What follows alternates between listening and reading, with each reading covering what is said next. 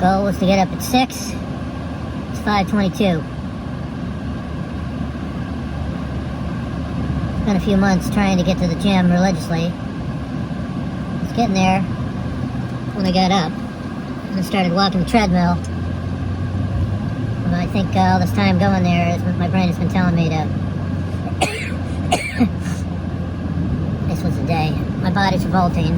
I guess it didn't like what I had to eat yesterday. So I could have just stayed in bed, not feeling good. But today's the day. I know I joke around saying day one, but then a couple weeks later when I fall off the wagon, it starts with another day one. Everybody in their life knows what to do, but I think we half-ass it and not really get started. Today's a new path. And I'm going to see if I can be stubborn enough to get it going.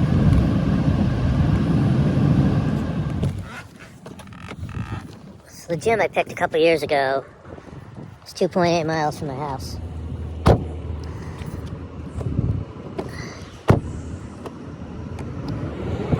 It happened to be an awesome gym that I can relate to. Crunch Fitness on Erie Boulevard. Opens at 5 in the morning. Of course, I haven't taken advantage of that fact. I'm going to start taking advantage. Sick of looking at what I have to look at every day. So I'm taking measurements and adjusting.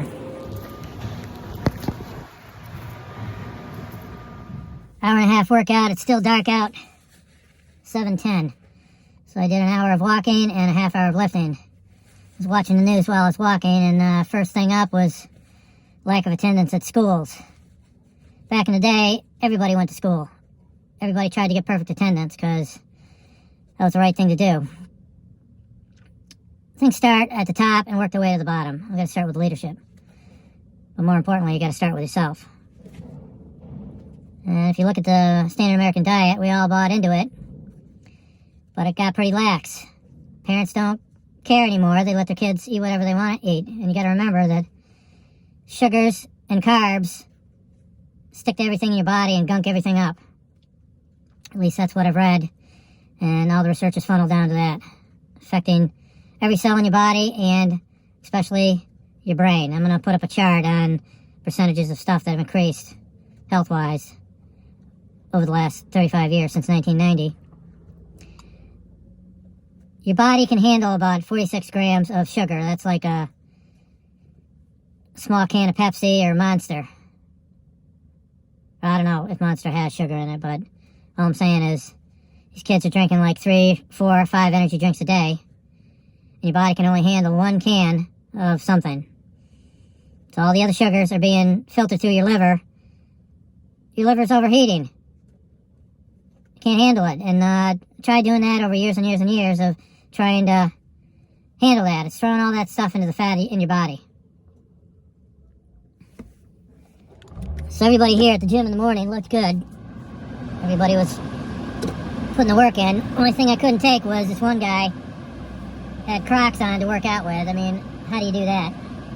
Or how is that effective? And on top of it, it had emojis stuck to the Crocs. Can't deal with it.